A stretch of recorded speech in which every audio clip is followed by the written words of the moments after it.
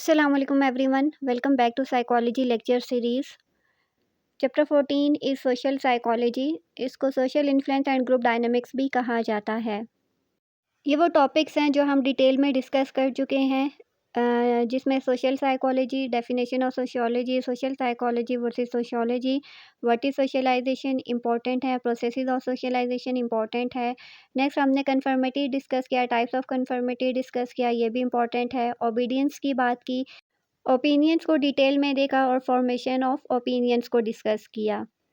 Currently हम attitudes को understand करने की कोशिश कर रहे हैं, जिसमें फर्स्ट पे डेफिनेशन ऑफ एटीट्यूड्स पढ़ा, सेकंड पे हमने कंपोनेंट्स ऑफ एटीट्यूड पढ़ा, जिसमें cognitive components, behavioural components and affective components को हमने डिटेल में डिस्कस किया। उसके बाद थेरीज ऑफ एटीट्यूड फॉर्मेशन हमने पढ़ा, जिसमें balance theory, reactance theory, cognitive dissonance theory और एक और थेरी थी जिसको सेल्फ परसेप्शन थेरी कहा जाता है, उस पे हम लोगों ने बात की। तो थेरीज जिस भी टॉपिक में हो वो आपने लाजमी प्रिपेयर करना है, क्योंकि थेरीज हमेशा बहुत ज़्यादा इंपॉर्टेंट होती हैं। आज स्टार्ट करेंगे lecture number 12। Factors involve in formation of attitudes. Two type of factors involve होते हैं। First one is psychological factors and the second one personal experiences. Psychological factors में direct instructions, classical conditioning, operant conditioning, social learning and unconscious motivation involve होता है। जबकि personal experiences में personal interest, need satisfaction, solutions of problem, previous experience and mass communication important है। अब इन दोनों factors को हम डिटेल में डिस्कस करते हैं। फर्स्ट पे साइकोलॉजिकल फैक्टर्स डिस्कस करते हैं कि वो कौन से साइकोलॉजिकल फैक्टर्स होते हैं जो एटीट्यूड फॉर्मेशन और एटीट्यूड चेंज में इंपॉर्टेंट होते हैं या इन्वॉल्व होते हैं। ठीक है, फर्स्ट पे क्या है, डायरेक्ट इंस्ट्रक्शंस। कि हमें डायरेक्ट इंस्ट्रक्शंस दी जाती हैं, हमें बताया जाता है कि parents, schools, community organisation, religious doctrine और फ्रेंड्स वगैरह के साथ किस तरह का एटीट्यूड हमने रखना है।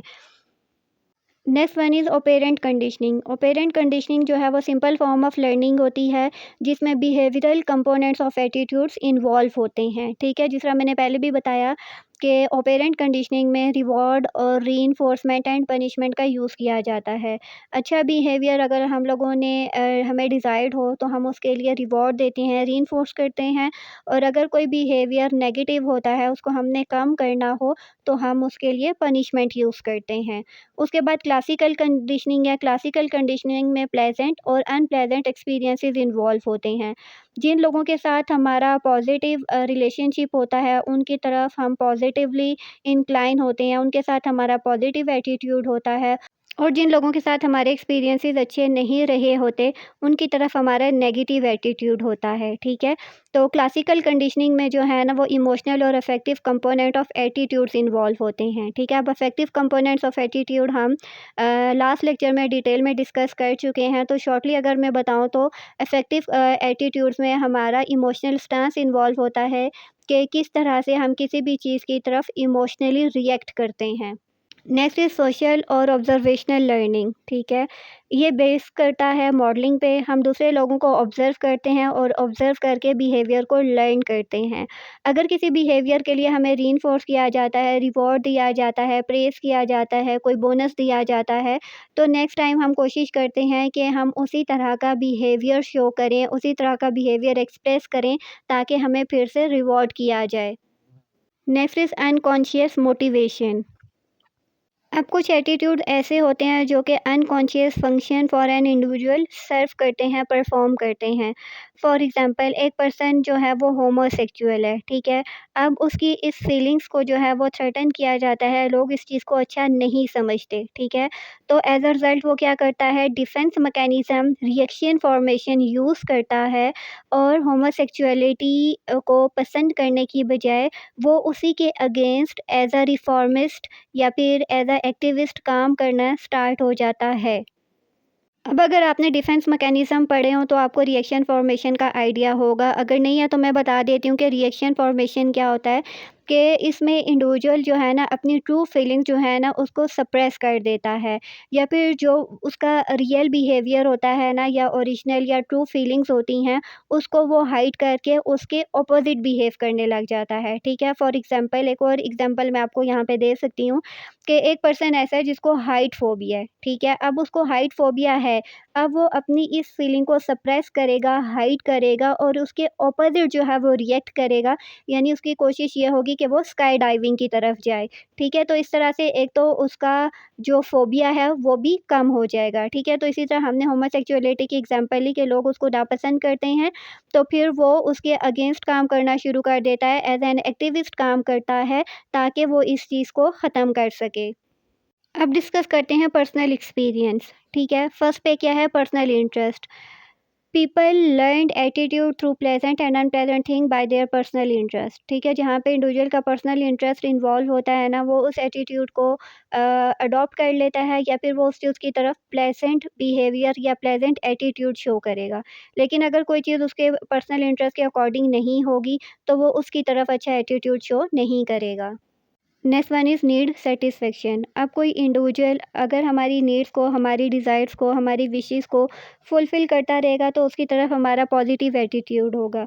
लेकिन अगर वही पर्सन जो है वो हमारी डिज़ायर्स को पूरा करने से इनकार कर दे, उनकी तरफ ध्यान ना दे, उनको इम्पोर्टेंस ना दे, तो उस शख्स की तरफ हम लोग नेगेटिव हो जाते हैं, या जो लोग हमारा ख़्याल नहीं करते, हमारी नीड्स को पूरा नहीं करते, उनकी तरफ हम नेगेटिव एटीट्यूड शो करते हैं। Next one is solution of problems. Attitude जो है वो प्रॉब्लम सॉल्व करने में हमें हेल्प आउट करते हैं, क्योंकि ये स्टेबल होते हैं। उसके अलावा हमारे प्रीवियस एक्सपीरियंसेस भी इन्वॉल्व होते हैं कि अगर किसी चीज़ के साथ हमारा अच्छा एक्सपीरियंस रहा हो तो हम फ्यूचर में उसके साथ मज़ीद काम करने की भी कोशिश करते हैं। अगर किसी के साथ हमने बिज़नेस स्टार्ट किया है और पास्ट एक्सपीरियंस हमारा उसके साथ अच्छा रहा है, तो फ्यूचर में भी हम मज़ीद उसके साथ बिज़नेस करते रहेंगे। ठीक है? तो इस तरह से प्रीवियस एक्सपीरियंस जो है वो हमें बेस प्रोवाइड करता है कि किस तरह से हमने किसके साथ अच्छा बिहेव करना है या किसकी तरफ हमने पॉजिटिव एटीट्यूड रखना है। पेरेंट्स इन्फ्लुएंस के फर्स्ट 5 इयर्स जो हैं वो हम अपने पेरेंट्स के साथ ही गुज़ारते हैं। तो पेरेंट्स जिस तरह का एटीट्यूड हमारे अंदर इनकलकेट करते हैं, वैसा ही हम बिहेव करते हैं, ठीक है? और जैसे-जैसे हम बड़े होते जाते हैं, वैसे-वैसे हमारे एटीट्यूड्स जो हैं वो मल्टीप्लाई होते जाते हैं। नेक्स्ट इज़ टीचर्स इन्फ्लुएंस है, ठीक है? टीचर्स जो हैं वो स्टूडेंट्स के लिए रोल मॉडल होते हैं। स्टूडेंट्स जो हैं वो टीचर्स को कॉपी करते हैं, उनके टॉकिंग स्टाइल को, ड्रेसिंग स्टाइल्स को, वॉकिंग स्टाइल को, ये सारी चीज़ें जो है वो बच्चे अपने टीचर से कहीं न कहीं सीखते हैं। Last one is mess communication.